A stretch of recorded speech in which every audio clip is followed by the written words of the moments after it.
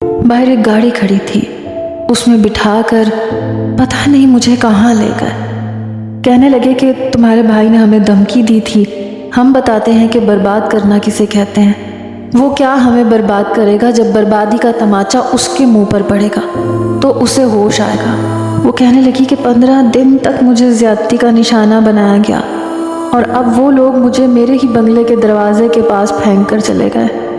میں نے اذان کی طرف دیکھا تو وہ نظریں چرانے لگا۔ میں اس کے پاس کھڑی ہو گئی۔ میں نے کہا، سن لیا آپ نے؟ آپ کی بہن کیا کہہ رہی ہے؟ میں آپ کی منت سماجت کرتی رہی کہ میں جھوٹ نہیں بول رہی، میں نے ایسا کچھ نہیں کیا، لیکن آپ نے میری ایک نہیں سنی۔ اب مجھے بتائیں کہ میری عزت مجھے واپس دے سکتے ہیں؟ میری پاک بازی مجھے واپس لوٹا سکتے ہیں؟ میں نے دونوں بازوؤں سے اسے پکڑ کر جھنجھوڑنا شروع کر دیا۔ مجھ پر تو جیسے دیوانگی چھا گئی۔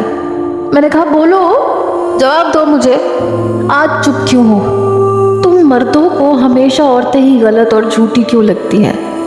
نہ میں قصوروار تھی نہ تمہاری بہن، ہم دونوں کے قصوروار تم ہو۔ تمہاری بہن تمہاری دھمکیوں کی بھینٹ چڑھ گئی اور میں تمہاری ضد کی۔ یہ کہہ کر میں رونے لگی۔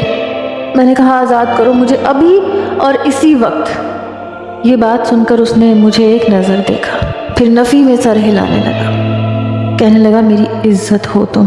میں نے کہا، نہیں، میں تمہاری عزت نہیں ہوں، ایک ٹشو پیپر ہوں جسے ایک بار استعمال کرنے کے بعد تم استعمال کرنا اپنی شان کے خلاف سمجھتے ہو۔ مجھے نفرت ہے تم سے، نہیں چاہیے مجھے تمہاری بھیک میں دی گئی عزت۔ اذان شاہ، مجھے آزاد کرو۔ میں اسے روتے ہوئے چلا کر کہہ رہی تھی۔ پتہ ہی نہیں چلا کب میں یوں ہی دیوانگی میں اپنے ہوش کھو بیٹھی، اس کی باہوں میں جھول گئی۔ لیکن جب ہوش آیا تو ہاسپٹل کے کمرے میں تھی، وہ بھی کمرے میں ہی موجود تھا، اس کی والدہ بھی میرے پاس بیٹھی تھی۔ جیسے ہی مجھے ہوش آیا میرے ہاتھ میں ڈرپ لگی ہوئی تھی۔ مجھے ہوش میں دیکھ کر وہ میرے پاس آ گیا۔ میں فوراً سے اٹھ کے بیٹھنے لگی تو کہنے لگا، آرام سے بیٹھو، تمہاری طبیعت ٹھیک نہیں ہے۔ میں نے کہا، کچھ نہیں ہوا مجھے، ہٹاؤ اسے میرے ہاتھ سے۔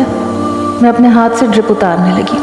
اس کی والدہ کہنے لگی، بیٹا اسے تو مت اتارو، بہت کمزور ہو تمہارے لیے ڈرپ کا لگے رہنا بہت ضروری ہے، ورنہ بچہ ضائع بھی ہو سکتا ہے۔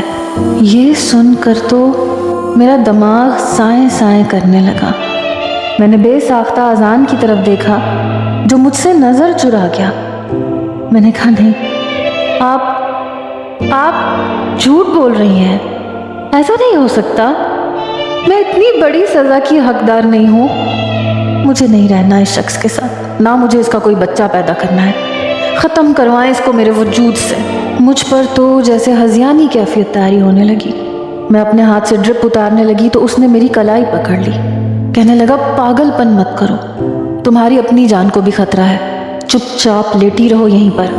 میں نے کہا، اچھا ہے میں مر جاؤں، مجھے نہیں پیدا کرنا تمہارا بچہ۔